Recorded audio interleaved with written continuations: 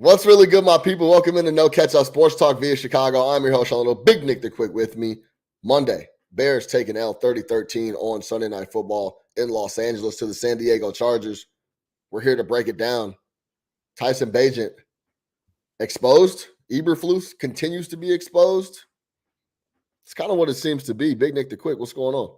How are we feeling? Bear down, baby.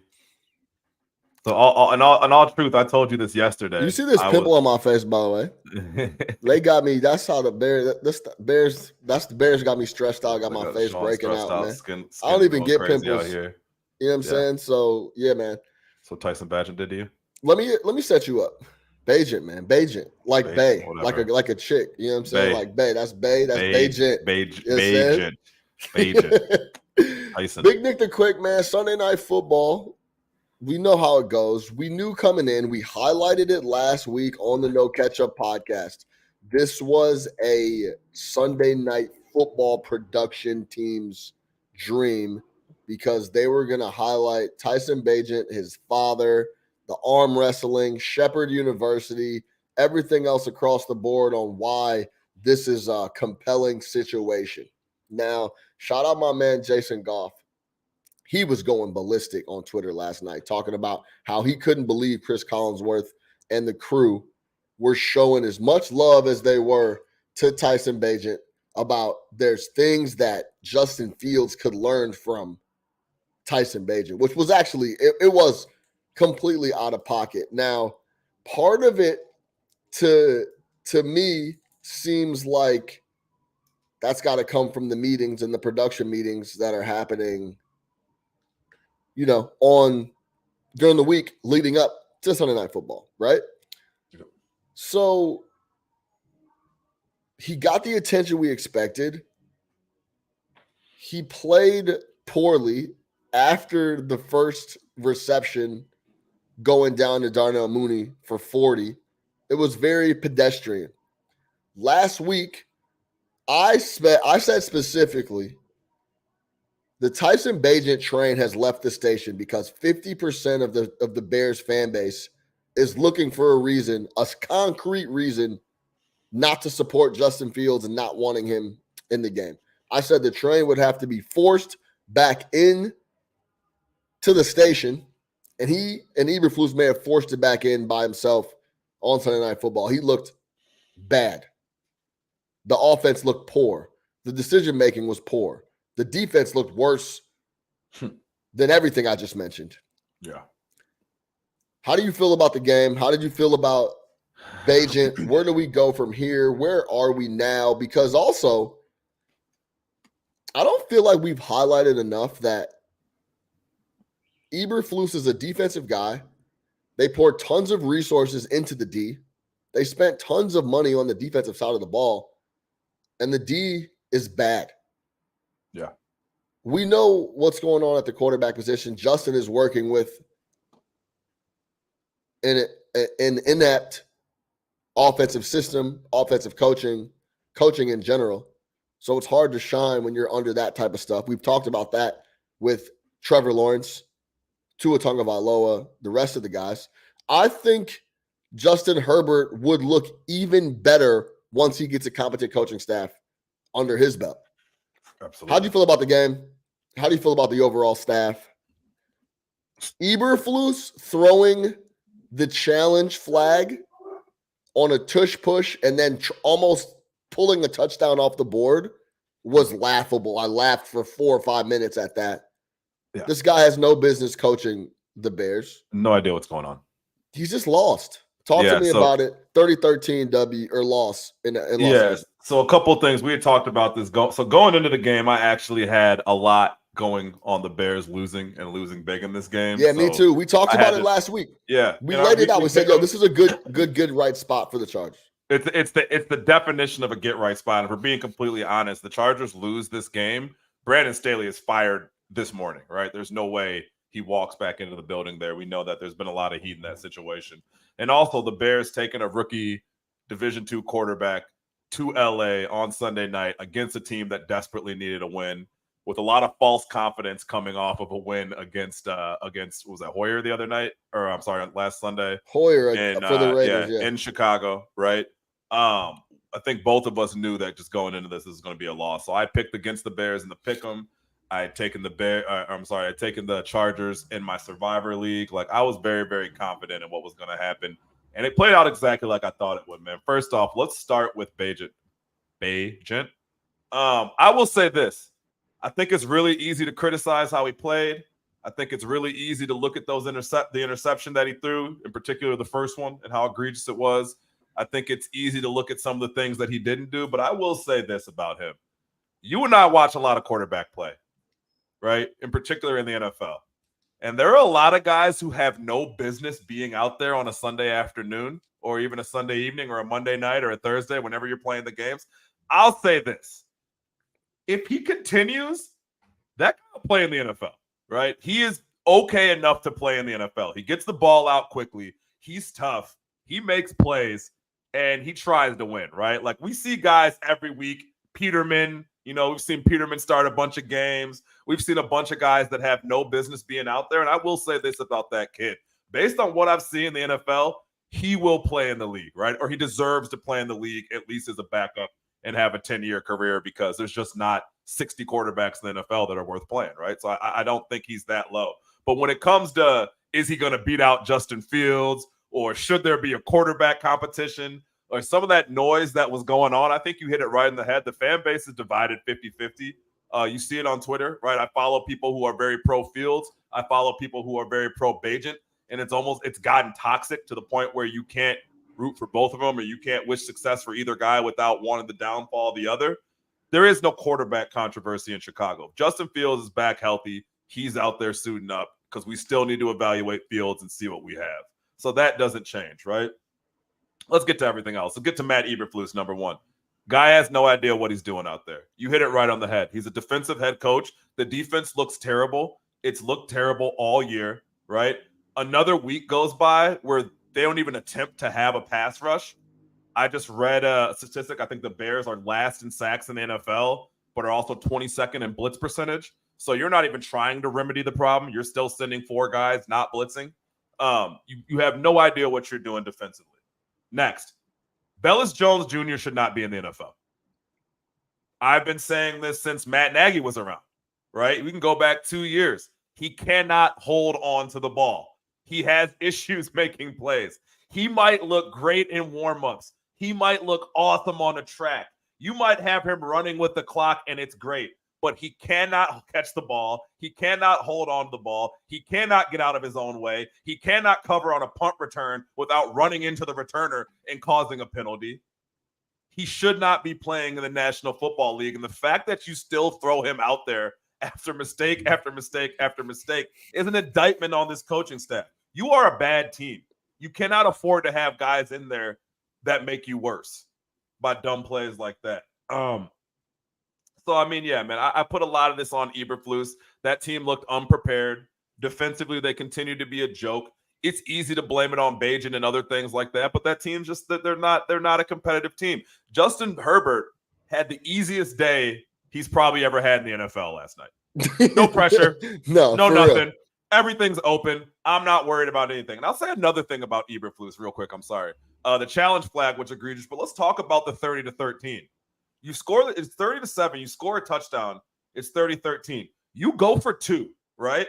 Which I get it. If you convert it, it's 30-15. But if you don't, you took what was a 2-score game and made it a 3-score game.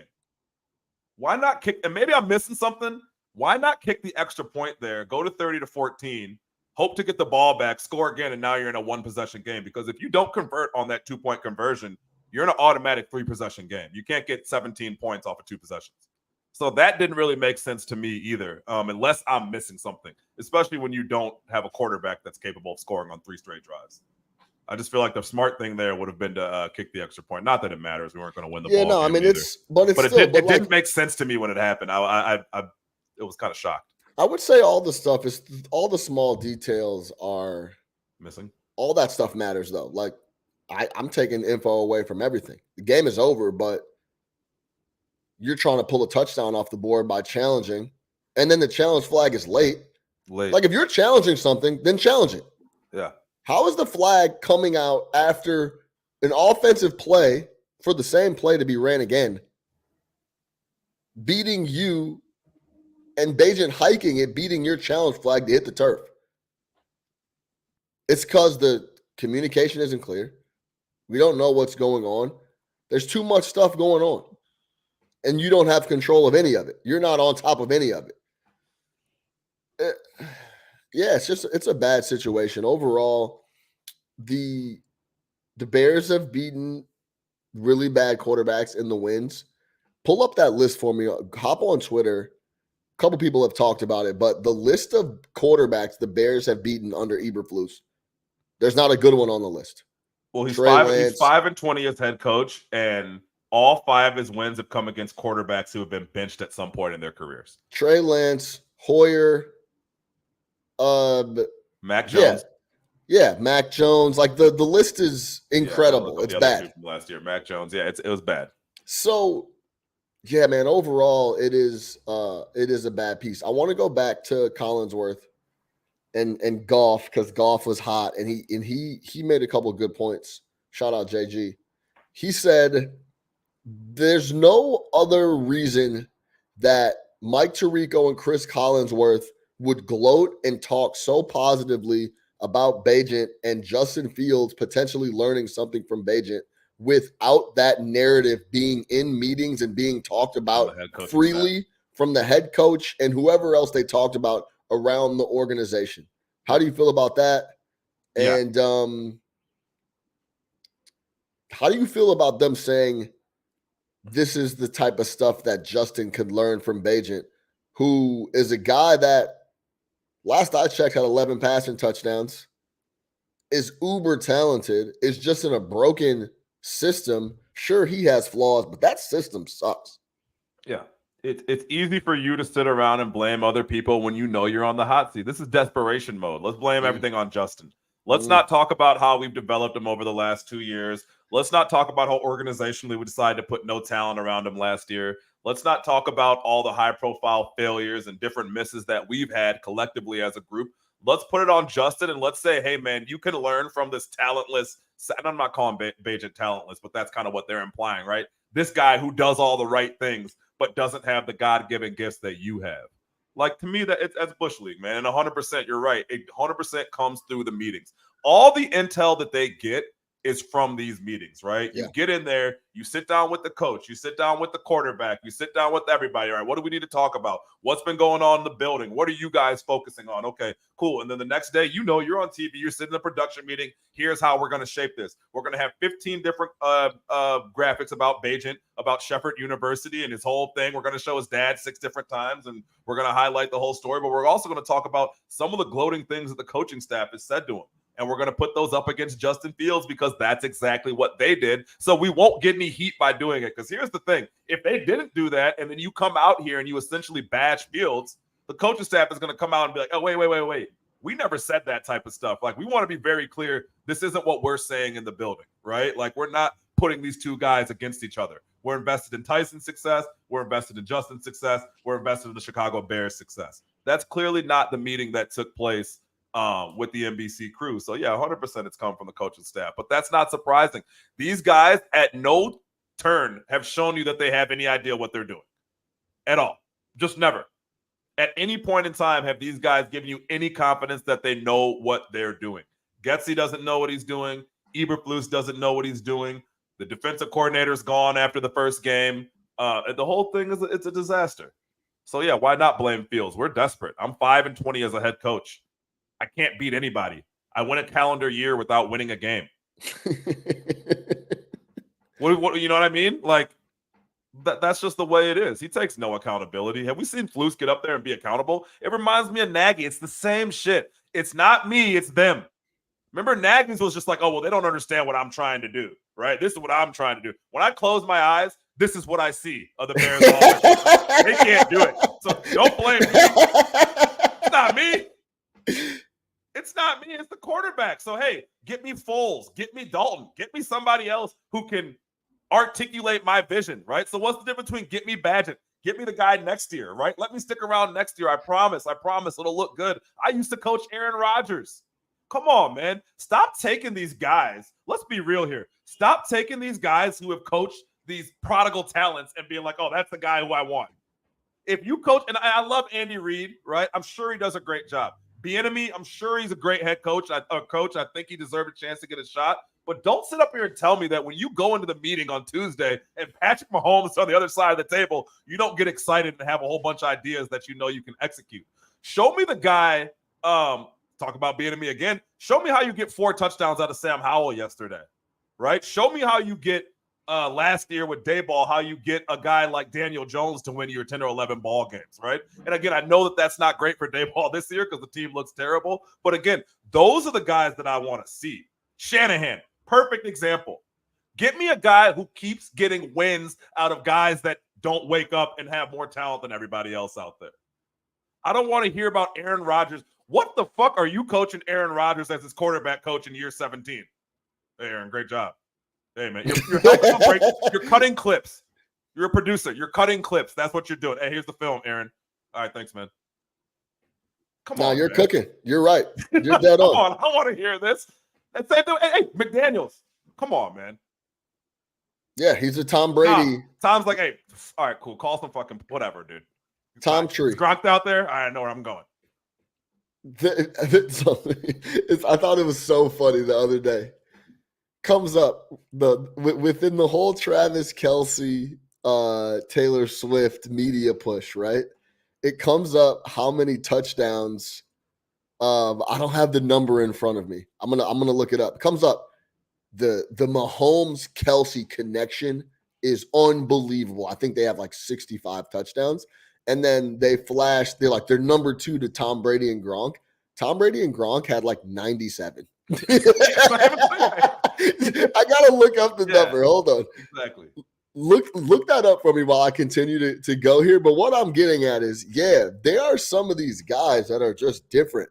The connection is different. The talent is different. And Nick is dead fucking on. Find me the guy like Shanahan that continues to put up insane offensive seasons and get W's with different guys, mediocre. Kyle Shanahan won Matt Ryan an MVP. Matt Ryan won the MVP when Kyle Shanahan was calling plays. They went to the Super Bowl and should have won it. They actually blew it. He got Jimmy G paid. There's a lot of different things that Kyle has done throughout the years. Has Jared Goff looking like MVP candidate. Exactly. Ben Johnson, you're talking about in Detroit. Give me that guy. Give me that guy. Also, Sean McVay. Give me that guy. Yeah. Absolutely somehow disguised Jared Goff for a ton of years in a row, won tons of games, went to the Super Bowl, ended up losing to Tom Brady and Gronk. But yes, that's a perfect example. Give me the guy that is not super supported by literally the best of his at one of the best at his position of all time, for sure. Right. Yeah. Who was Peyton Manning's offensive coordinators in Indianapolis? Do you remember? No, because they weren't calling plays. Yeah, it's true. It's I don't know who it was. Even when he threw all 170 balls to him, we didn't know who the offensive coordinator was with Reggie Wayne, Edgerrin James, and those boys. Yeah. Listen, man, we're not sitting here telling you that coaching doesn't matter, but if you don't have exceptional talent, listen, man, I don't want Aaron Rodgers offensive coordinator from year 17. It's not doing anything for me. Yeah, that's exactly where we're at. Yeah, give me someone who develops somebody, something like that. That's different. But come on, man, I don't need these guys. What was Luke Getsy doing in Green Bay? Please tell me. What's your favorite Luke Getsy moment? Do we have any Packers fans? Tell me about what Luke Getsy did that changed your life. Same with Matt LaFleur, because he's getting exposed too. He's getting exposed. Yes, he is getting exposed, bro. Exposed. Cannot coach. I don't know what to do when I can't call these plays without this guy. Well, then you don't know what to do. Yeah, it's facts. LaFleur has been poor. And I had money on Green Bay probably the dullest pick I've made in 3 years. I took the Green Bay Packers this week, and they are absolutely horrendous. They're trash. Led by LaFleur, who, it's a lot harder to call offense and construct game plans when number 12 is not back there. Did you get the number on Kelsey versus Gronk? Well, I know so Gronk and them have 92 touchdowns. I can't get the Kelsey one, but Kelsey. It's like in the 60s somewhere. I'm almost positive. It's not close. What I'm getting at is, it's like 35% short of that Brady and Gronk connection. So it's different when you're coaching those guys. It is. Shit gets a lot harder, man. And that's why we put it on the quarterback, right? That's why when you have one, you do take care of one, because they cover up a lot of shit. I think that back to what we were originally talking about, that's amateur hour to put to what they're doing, man. And even some of his post-game comments is, we had the penalties, we had this. Like, no, you need to own some shit, bro. You're 5-20. 5-20. And it was a classic, he got a little break because they had won 2 of 3, but it's still the same squad. Yeah, one game was against Brian Hoyer. Who was the other game they won? They beat Sam Howell. They were in Washington. Sam Howell. Yeah, okay. Yeah. Shout out Sam Howell's a gamer, by the way. I we'll like talk Sam more Howell tomorrow on the Tuesday show, but Sam Howell's cold. I don't know. Did you watch that game? Yeah, he's nice. Sam Howell. Hey, I put it in the group chat. Sam Howell makes big time throws, like throws that like talent throws, like some of those touchdowns yesterday. Yeah, he could let him needles. Get him some time. In a system. Get him a Riverboat Ron. I think he's ready to go. Shout out Riverboat Ron for taking the 61-yard field goal, though. That was great. And he covered. Ron covers. They threw a touchdown at the end of the game. Cover the spread. Ron understands the assignment. Yeah, he gets it. Ron gets it. Yeah, we got to cover, guys. They showed Kevin Warren at the game. Nice, big, bright orange tie for the Bears. First thing they brought up when they showed him Arlington was the new stadium. I thought that was very interesting as well. The first thing they brought up when they showed the president of the Chicago Bears wasn't about turning the team around. This is Collinsworth, by the way. It wasn't about turning the team around and getting wins and what they're going to do, what the plan should be upcoming. First thing out of their mouth was Kevin Warren got that big, great stadium built in Minnesota, and they're looking for him to do the same. And then Tirico chimes in and says, I hope they keep it on the lakefront because that's where I think it should be. And they kept showing Ryan Pace, and they started talking about draft picks and what they're going to do. Take out those goofy-ass AirPods, too. You don't like that? That shit was goofy. He's probably watching the telecast, to be honest. Anyways, well, listen, man. What about the RP behind his head? What was that? The what? The RP. Oh, yeah, what was that RP? I didn't know what that was either. It was just like making sure no one sat in his seat? Or like, is that a camera thing? Like, hey, somebody. If I say go to RP, this is what I'm talking about? Yeah, I don't know. Get rid of the graphic. So you talk about Warren a lot. Again, man, like we can't be clear. He has nothing to. He's not here for football.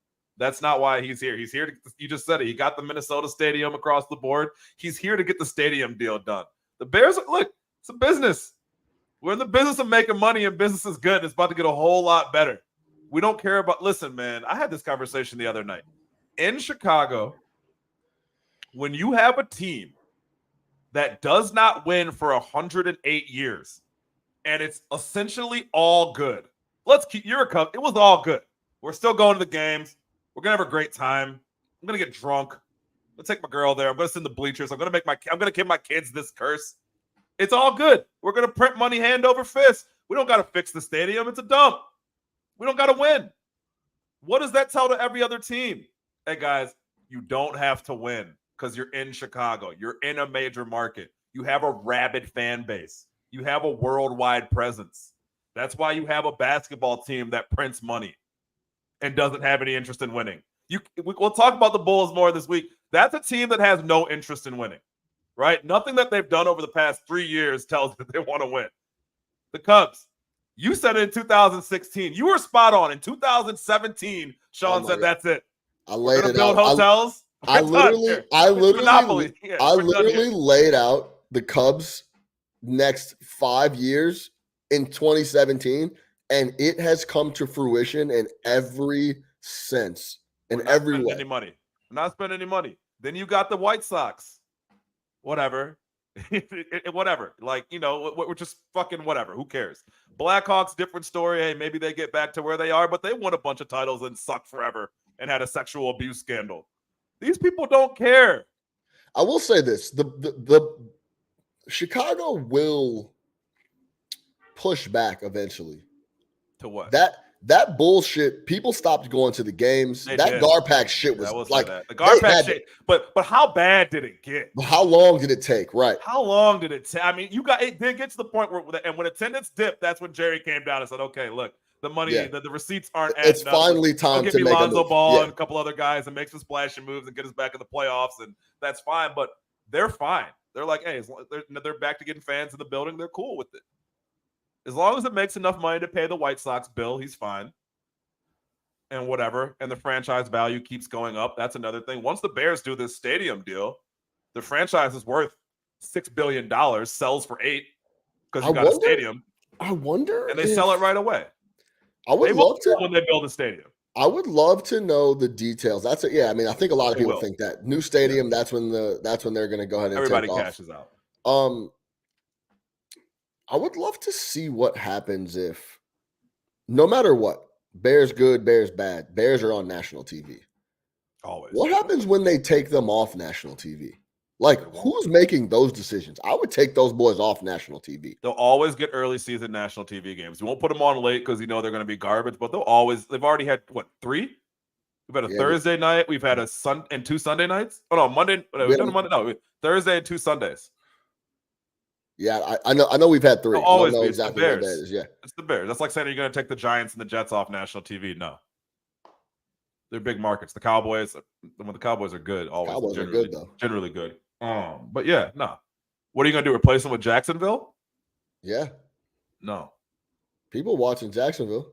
People, at 9 a.m. on a Sunday morning when they're playing. You said in Munich? Because they have them out there for 2 weeks. They stuck them there for 2 weeks. They said, hey, y'all ain't flying back. They interviewed Trevor Lawrence. Like, yeah, this is great. My wife and I get to explore. I'm like, bro, in the middle of the NFL season, the last thing I want to do is live in fucking London 8 hours ahead of schedule for 2 weeks. They stuck those boys out in London, dog. So you're playing 2 games. Yeah. No, man. It's you're going to be at Wembley, then you're going to Tottenham Hotspur Stadium. You're going to play all over. I think that Kevin Warren situation is interesting because, number one priority is the stadium. But Poles still got a report in the buddy, yeah? He reads the reports. Like, I don't... The report is sent up there, but I don't think so, man. I don't think it happens that way. It's a very interesting situation. He's there on the business side. It's like Phillips. This is shaping up to be a very interesting offseason because someone's going to have to make the decision on Justin Fields. Eberflus has to go. I don't see how you could bring anybody on the staff back. And then we're at the same – remember we talked about collateral damage with Justin Fields? Yeah. We're at the same spot where we need to clean out the coaching staff. And I would never bring in a new coaching staff without them picking the quarterback. Yeah, I think that's where, like I said last week, the worst thing that could have happened was Fields got hurt because it's pretty much forcing your hand to take another quarterback. You're gonna have 2 top 5 picks. Yeah. You can't not draft a quarterback. If they didn't draft a quarterback, I'm looking at them crazy. And I like Fields, or it would have to be under a new coach. Yeah, well, that guy has to go. He cannot be the head coach of the Chicago Bears anymore. Yeah, that's a fact. All of them. You clear house. 100%. Every single person there. If you want to make an argument for clearing house on Poles, I'm not going to be mad at you. I think he's had a lot of the Claypool trade, Nate Davis, the money at linebacker. The money on defense, period. TJ Edwards is good. That's it. You draft 2 corners. You draft essentially all defense. All defense. With an offensive team that has tons of holes, then you add Wright, who's been playing well. Shout out Darnell Wright. And none they can get to the quarterback. And none that can get to the quarterback. So, yeah, it's bad across the board. And I don't, for him also, man, like, we said every episode, our positions of importance. How do you ignore the pass rush? How do you just decide there's no way you thought your pass rush was going to be adequate going into this year, right? Like you knew that was going to be an area of concern and you didn't address it, but you had free agency money. You had the money to spend on the pass rush. You're Remember not paying a quarterback. Yes. Remember how we talked about when AK and Mark Eversley were coming in for the Bulls? It was just like, yo, this is talent evaluation time. Yeah. That's where we're at with the Bears. Who can play, who can't. Crazy because that's where we were supposed to be at last year, right? Yeah, it's exactly where we were supposed to be at last year. But get the guys some snaps that need looks and figure out if they can play and can impact the squad, because overall, I think the line has actually turned into a solider unit. Billings has. There's some young guys that can play. Yeah, I like Jenkins. I thought you were talking about. I was talking about the D line. Oh, no, I was talking about the offensive line. Yeah. Jenkins and Wright are solid. That's the right side. Yeah, you can build on that. Build on the right side. The left side can get replaced. Oh yeah, Braxton Jones and whoever. Who's it? Patrick. Lucas Patrick. I think it's Lucas. I actually don't fucking know. Who cares? Anyways, yeah, Jones and Darnell. Those are good. I'm sorry, Tevin Jenkins and Darnell, good players. Keep those guys, but yeah, start there. Yeah, it's all bad. It's all bad, man. So let's see where they net. We what's next week? McCaskey went to ASU. I didn't know that. He's Sun Devils. But he just went to party for a little bit. Probably a great taste. Yeah, I'm about to go take over the Bears. Yeah. Yo, crazy game. He was I don't gotta do shit. He was bragging crazy shorties off that. Yeah, listen, you heard of the Chicago Bears? Miles of the Midway. He was out in Scottsdale like, you heard of the Bears? You heard of the Bears? Hey, that's me. GSH. GSH. That's my grandfather, fam. Talking about. That's so funny, dog. He's dude out there like, yeah, I own the Bears, bro. I own the Bears. Sure. Oh, man, 11-5 in New Orleans. I was actually planning on going out to this game. I was going to go to New Orleans, kick it, go to the Superdome. But, like, let's go be to New honest. Orleans and watch it at a Do you bar. want to know what it would cost? Do you want to know what it would $250? cost me to sit in the lower bowl and go to New Orleans and watch the Bears? $200. What? I'm talking about the whole trip. Oh. It's fucking $2K. Yeah, easy. That's a waste of money. Easy. Between these flights, these flights right now are crazy, bro. Yo, these hotels. Flights and hotels are getting prohibitive. I'm going out to Vegas first week in December for some family stuff and to just relax for a day or two because it's the in-game NBA tournament. So I have a couple of days off, but dog, they want $550, $600 a night for a hotel room. Caesars? Like, yeah, it's crazy. $700. Have you booked it yet? I was looking at Cosmo. They want like $750. Yeah, I booked Cosmo just to like have one on the. Should have told you. I'll let you afterwards. Yeah. I could cancel my shit. We'll definitely chat. When are you going? We'll chat right after we get off here for sure. But next week the Bears are in New Orleans to take on the Saints, another team that is blah, but they had a good D. They got a W coming off here in this last week in NFL Week 8, so they'll be looking to get 2 in a row. We'll see how it shakes. For Big Nick the Quick, I'm your host, Sean Little. No catch-up sports talk via Chicago. We'll see y'all next week. Bears take another L. Franchise in shambles. Bear down.